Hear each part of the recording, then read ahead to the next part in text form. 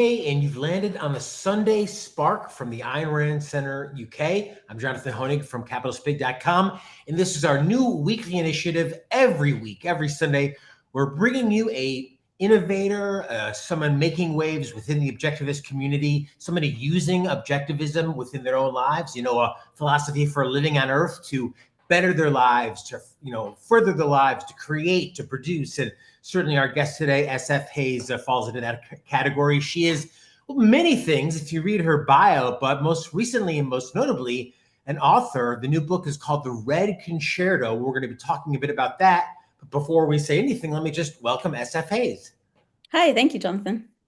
Now, you and I had the opportunity to meet in New York through an organization surrounding objectivism. You're not a newcomer to objectivism. This is something that you've been interested in for a long. I know the book isn't necessarily objectivism, but you've been interested in objectivism for a long time. That's right. I first discovered objectivism in high school, actually. The Fountainhead turned up on a reading list my junior year, and I kind of fell in love with the philosophy then. So I've been sort of a student of it for many years now. Now, this is your first book. This is The Red Concerto, your first novel. That's And, right. it almost made me think of that story that Dr. Peikoff has recalled about when Miss Rand published Atlas Shrugged, walking down, I believe, Fifth Avenue. And she said to him, "Don't ever give up on what you want in life. The struggle is worth it." And knowing myself how difficult it is to produce a book, has the struggle been worth it for you to get The Red Concerto out? Oh, it's absolutely been worth it. Just having sort of that story out of my system, I guess you would say, has been fantastic. And like connecting with people who read it and get the ideas that I'm trying to put across has been really wonderful as well. Um, Well, I mean, the reviews are incredible. Wow, just finished this novel. It was one of those books you don't want to end. The story unwinds, dragging you in, seductive. My only disappointed that I had no more to read. Fantastic. So, I mean, we always look at Miss Rand, Atlas Shrugged, and I don't know if it was like for you, for me, but for me, it was like I started reading it. It was difficult to put down. It got to be 11, midnight, 1 a.m., and I'm still trying to get through it. I mean, how is it that you were able to learn to be such an efficacious writer that people really get sucked into a story that they want to keep going on? yeah, well, with this book, I had sort of two goals. One was to tell a story that would really pull the reader in, so they were very plot based. And also to have underneath it sort of the ideas going on so that you could read it on two different levels. And I would say, yeah, writing a plot that pulled you in and kept you going was difficult. Um, but I read a lot of like thrillers and mysteries to sort of learn how to do that, how Yeah. to make an audience sort of come up with the question themselves sort of towards the end of a chapter so they want to know what is the answer to that question going on. I mean, this book is, I don't want to speak for you, I mean, I haven't had the pleasure yet of reading it, but this is an exciting story, certainly from all what of the Amazon reviews have been. This is just an exciting story. And I don't know if you had a philosophical motive or a philosophical objective necessarily within the text, but it's part of what I often kind of marvel about Miss Rand's works is that many people read The Fountainhead or Atlas Shrugged and they just think that was a great book and that's Mhm. it. And that's great. That's just maybe that's all they can get out of it. What were some of your goals when setting out on this very ambitious task of writing a fiction novel? A lot of people say, "Oh, I'm working on a novel." Very few people get it done and have 60 some odd positive reviews. Yeah, I mean, I would say writing the end is the hardest, right? It's very easy to start a novel. In the middle, you kind of slow down, but really finishing it is that's the hardest thing, I think, because you have to make the story come together in a satisfying way. Whatever character arcs or sort of philosophical themes you have to kind of come to fruition at the end. And that was very difficult. But I mean, I love stories, right? So I just wanted to write a great story. And if you've ever read, I think Ayn Rand has this short story. Is it called? I can't remember what it's called, but it's about this man who's sitting down to write, and he wants to just write I mean, what I would interpret as like genre fiction, right? Just the throwaway book that anyone could read with no deep ideas, and he can't do it, right? Yeah, the simplest thing in the world. Thank you. Um, and it felt a little bit like that. Like I just wanted to write a really fun story, but under every fun story, there should be some, I think, some serious thought.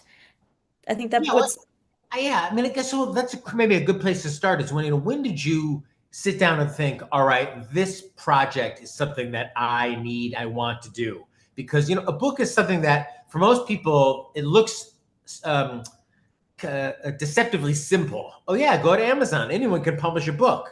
But to publish, a well edited, a truly high quality thriller as you've created, this is not something that anyone can churn out in an afternoon, or AI can churn out at all. right, right. So I knew I wanted to write a while ago. I had been a biologist. I gave that up. That's a whole different story. And I knew I wanted to be a writer, and I had some story ideas in mind because I'm always kind of making up stories about things as I go about my day. But this particular story came with sort of the climax, or you might call this sort of the backstory of one of the characters. And I thought, oh, this is kind of interesting. What would she be like now if this had been sort of her past? And I think every story should have a love story. So I wanted to come up with a good sort of counter to her in the story.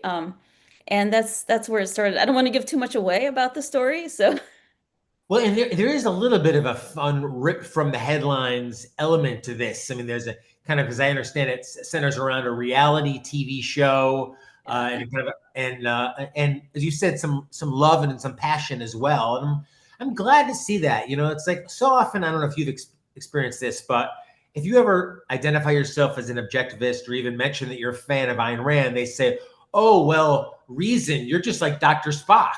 You don't have any passion, you don't have any emotion. Ayn Rand is just, emotionless. But this book, as I understand it, and again from the very, very favorable reviews, is full of passion, is full of love, as Miss Rand's fiction was as well. yeah, that's really what drew me to her fiction, right? And not only just that she had these deep rational ideas, but there was so much passion in all of her characters. And this music is called the or this book is called the Red Concerto, so it does revolve around music, which I'm very passionate about.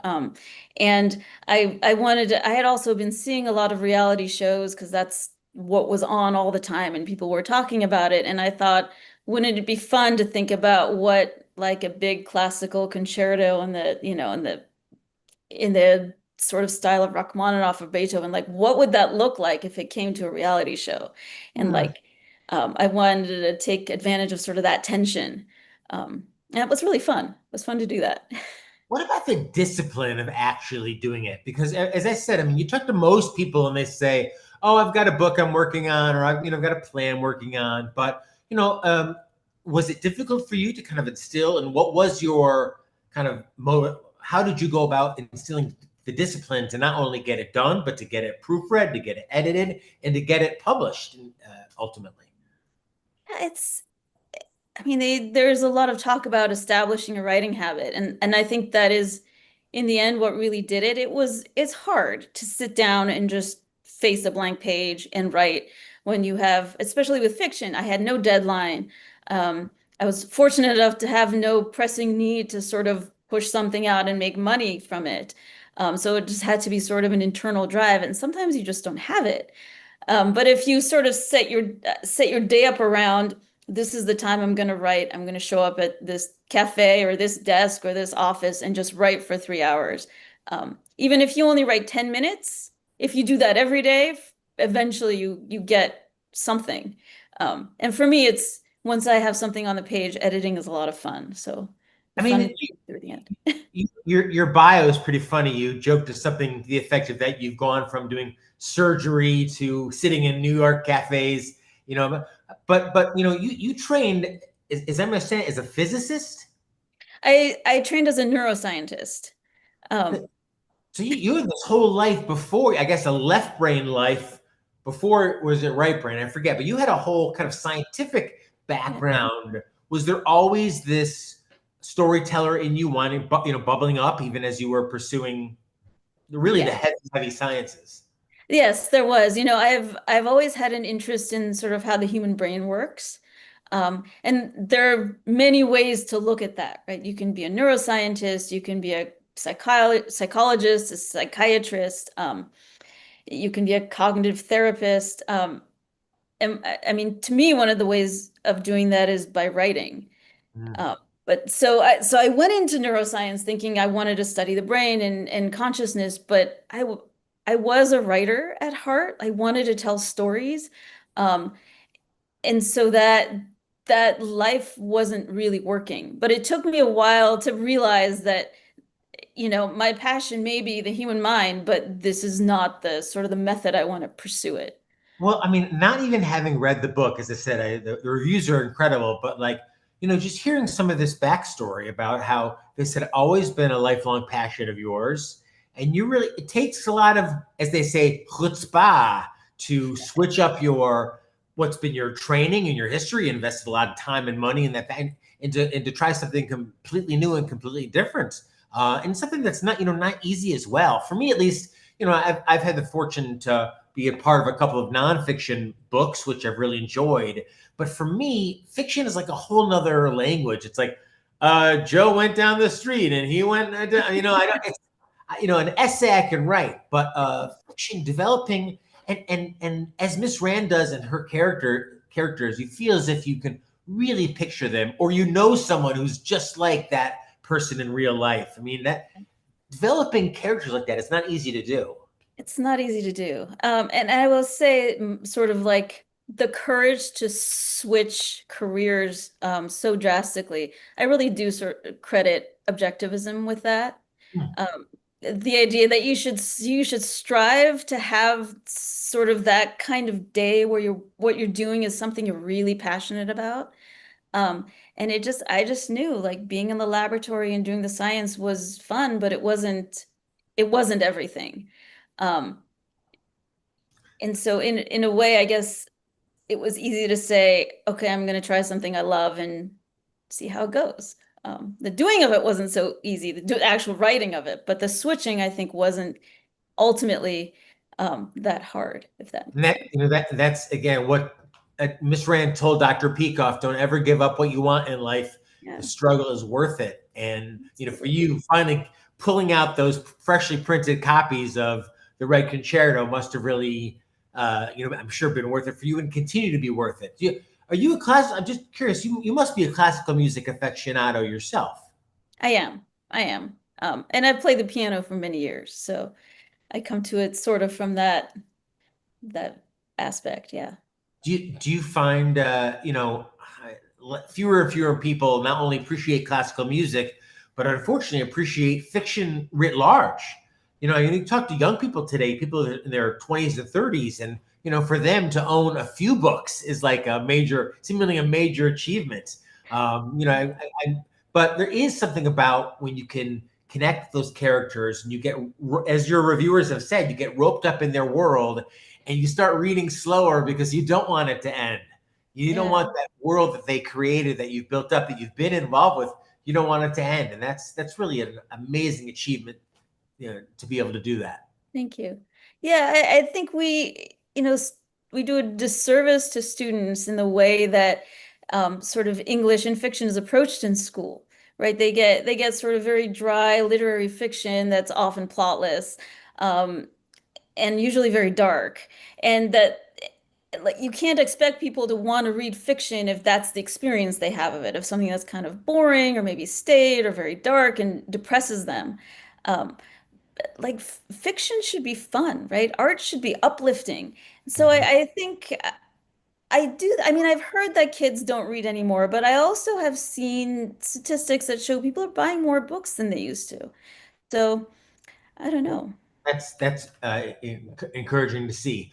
Do you feel like there's any characters in the book that were, in effect, directly inspired by objectivism? That someone might say, like, "Oh, that's the Eddie Willers style character," and if there's not that, there's certainly no judgment at all. But I'm wondering how closely do you feel like you applied some of those principles into the world that is the Red Concerto? Um, I mean, I think maybe my female protagonist is, I mean, she's not exactly like Rourke, but she has sort of that same passion about her art. Hmm. And her, I guess her character arc sort of evolves around how she brings integrity to the work and how she looks at that and what she's sort of willing to sacrifice. So that's a little bit inspired by that. I mean, I've read those books a million times, so I actually had to work hard to make sure I wasn't doing something really derivative of Rand's work. Yep. But I would say, like my thinking itself is so inspired by her work because I've, basically been studying it my whole life that it's just all in there. Well, and as I said, I mean, achieving what for you to achieve must what Miss Rand also did, which is really just great fiction. I mean, I heard a stat once from an Amazon employee about the average number of copies that self-published, and now I don't know if that's your route or now, but self-published Amazon books sell. The average number of copies. Do you want to take a guess what it is? Oh, I don't know. It's like 100 or something? 200? Zero. Zero. Really? Ha, zero. Okay. But here's a review from just a couple of months ago. This book, The Red Concerto, is an absolute page turner, cleverly written and incredibly engaging from start to finish. The gripping plot, unexpected twists kept me completely hooked. So, you really, you achieve that. Is there a sense of almost like birthing a baby now? Like, oh my God, I finally got it out there after all that I don't know, was it 9 months of incubation? It was probably much more than that No, took no, you it to was write. years. It was really years. Yeah. Yeah. Um, it's really the first piece of fiction that I was producing to publish. So it was, I was also learning to write at the same time. So it was many years in the making. But it is a lot like having a child. But I would say it's more like sending your child off to college, right? Mm. Because you have to eventually let the book go and see what it does. You have to stop sort of, nurturing it and babying it, making sure it's perfect. So, There's um, got to be something too about, as I said, fiction versus nonfiction. I was always myself, very comfortable kind of making an argument. And I'm one of those who I know this is a little bit gauche in objectivist circles, but I enjoy Miss Rand's nonfiction more than her fiction. It just kind of suits me. I don't love myself. I'm less of a fiction person myself. What was for you? Were you more interested in her fiction or than her nonfiction? yes. Yeah. Yeah. I mean, I think that when I discovered her, I wasn't even reading nonfiction really. Mhm. For me, it was just fiction because I just really love stories. But I did, afterwards really come to appreciate her nonfiction. And I did take, lots of philosophy classes in college, and I was very interested in that. But it's interesting you say that 'cause I have two boys. And they've both been sort of interested in objectivism because I was doing like Ayn Rand University courses and talking about it. And so they both wanted to do some reading. And my older one is all about the nonfiction. He hasn't touched the fiction because he's just not interested in fiction. And my younger one is just about the fiction. So I think it's just different personalities. Well, what's so great about Rand is that there's something short form that you can give to somebody on almost any topic, even if it's culled from the Ayn Rand lexicon. In the efficacy of words about Rand is what always, and Dr. Peikoff is always what amazed me. How thoughtful they are about every single word in that sentence. And you remember on one of Dr. Peikoff's podcasts from years ago, he says like it starts as a paragraph, then it becomes a line, then it becomes a footnote, then it becomes a end note, then it gets cut. Was that like that for you in terms of your own editing? Like really serious editing? Yeah, it was. And I said I've read her like Miss Rand's fiction a lot, and you can see the work she put in to choosing her words so exactly. And that was always such motivation and a little bit daunting, because you come to understand how the like different shades for synonyms leads you in sort of different directions, both sort of mood-wise and emotionally, and the idea you're trying to get to. And yeah, I mean, I spent a lot of time on words, moving commas around. That was a big one. Mhm. Mhm. Um, To get the flow of a sentence and kind of yeah, the yeah, and then sort of the exact meaning you want, um, to make it so that when you read a sentence, I guess the main thing you're trying to say in the sentence comes through, right? Because you can kind of emphasize different things depending on how you read it. Um, so yeah. have you received criticism about it that you've taken to heart or that has meant anything to you? As I said, I mean, a lot of positive reviews. Have you received any critiques? I have received some critiques. So What like that I feel? said, I was trying to do this thing where I had the sort of the deep character arc, and sort of running along with the plot. Um, and the way I structured the novel, I structured it like a concerto in a way, and that each part of the novel is like a movement. So there's the prelude, which is the first part, and that reads more like I introduce sort of all the themes and the conflicts in the story in that first part. And the second part is an allegro, so it moves at a sort of like a moderate pace, and the story is going along. The So third part, the third part is like an adagio. It slows down a little bit. There's more about the love story, more of the character arc. And then the fourth movement is a presto. So that's the thriller part. It just goes at the end. Um, and I it's think actually there, it sounds authentic to you, which I love. As you said, this isn't an Ayn Rand wannabe book. This is something that is, completely SFA's. This is something very you. yeah, I hope so. I hope so. But I think some people who were not used to like stories that have more like I want to say literary or character arc aspects didn't love the fact that the ending was like a fast-paced go thriller. Mhm, And mhm. I take that to heart in the sense that I'm discovering sort of who my readers are. Uh, Yeah. right?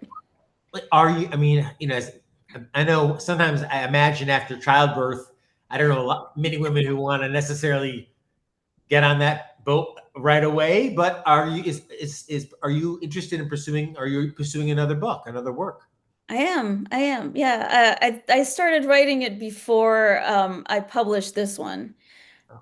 Just while it was with editors and they were reading it, and I started this next novel. It's actually going to be a sci-fi series, so it's a little different. Yeah. I mean, I almost felt a little bit like I know Whiplash was a film that Dr. Peikoff loved, and even from what I've read about Red Concerto, the musicality of it made me think this is probably something that's very cinematic. I mean, do you write some of this with a sense of like I could see this up on the big screen one day? Um, not so much that that I see it becoming a movie, but I do see it. Hmm. Um, so You're when right. I'm You have to visualize it. Yeah, I'm very visual that way. The whole story is, I see all the characters, I see what they're doing. Sometimes if I'm having trouble figuring out what's going to happen, I'll close my eyes and just become the character and walk through her day with her. Mhm. So I think in that sense it does lend itself to being maybe more cinematic, maybe a movie if anyone's interested. So Years ago, Sting, from the Police, Mhm. was I think given shit because he used a rhyming dictionary on for lyrics. I remember reading this. This is years ago. Like, what's wrong with you, man? You use a rhyming dictionary. I think it was Sting. I might be wrong. Have you found in your process, and I'm not casting aspersions or being judgmental on this, I'm just curious. Do you find for your fiction writing process, do you use AI or any of the AI tools out there? I don't use the AI tools to write. Um, I do use it to sort of do, especially with this new science fiction, to, I guess, to do research for, what's possible, what sort of world you can construct out of, physics that we have in the world today. I find that really useful. Sometimes you can bat ideas around with AI, the way you might chat with someone Yes. about a book just because it helps kind of spark your own associations. Um, Describe how big the booster rocket would have to be to get from the U.S. yeah, to something like that, right? exactly. Yeah. Could you have enough fuel and such to get to this place, for example? Stuff that you could research on your own, but it's more time consuming to do it on your own than just to ask AI. Um, And and then, you're yeah. Go ahead, please, please. And then verify that what it tells you is actually true. So I do a lot of that too. You're a New Yorker and you're an American, obviously, as well. How are you dealing with, if I can ask a somewhat political question now, is Mondami's popularity or seeming the popularity of fascism worldwide writ large, does it feel a little bit bittersweet to be enjoying such success as a writer? Or is there a sense of like, boy, the world needs my fiction now more than ever, given the way the political winds are rolling? I mean, I go back and forth between, oh, it's important to produce this because of the way the world is going, and a sense of like, why bother to produce this because of the way the world is going. But that's when I'm feeling very dark. Mhm. Um, I think, yeah, no, I think it's important. It's important to keep writing, especially uplifting fiction, as the world gets darker, you know? Yeah, I'm glad to hear you say that, and I think so too. And you know why I know is because like my first Ayn Rand that I read were the like cruddy paperbacks which had been printed in the 60s and 70s. Like Yeah, I got around to reading them in the 90s. So, I know we live for life here on earth, but like somebody might pick up the Red Concerto in 15 or 18 years when who knows where we'll be. But, that's the wonderful thing about producing something of such intellectual rigor and quality, is that this is something that will live and then will touch hundreds, thousands of people over a long period of time. And as I said, I mean, the headline of this Amazon review, wow, just wow, riveting, deep, more than I imagined, emotional, complex. I couldn't put it down. So SF, congrats to you on the success of the yeah, Red Concerto, and thank you for telling us a bit about how you kind of have integrated some of your objectivist principles into the book. yeah. Thank you, Jonathan. Any before we wrap up for today, anything going down this fall slash early winter, like book signings or book tours or other podcasts, or where can our viewers go to find out more about you and your work? Well, so I'll be at the Spark conference, it coming on up in October. I'll be there in person.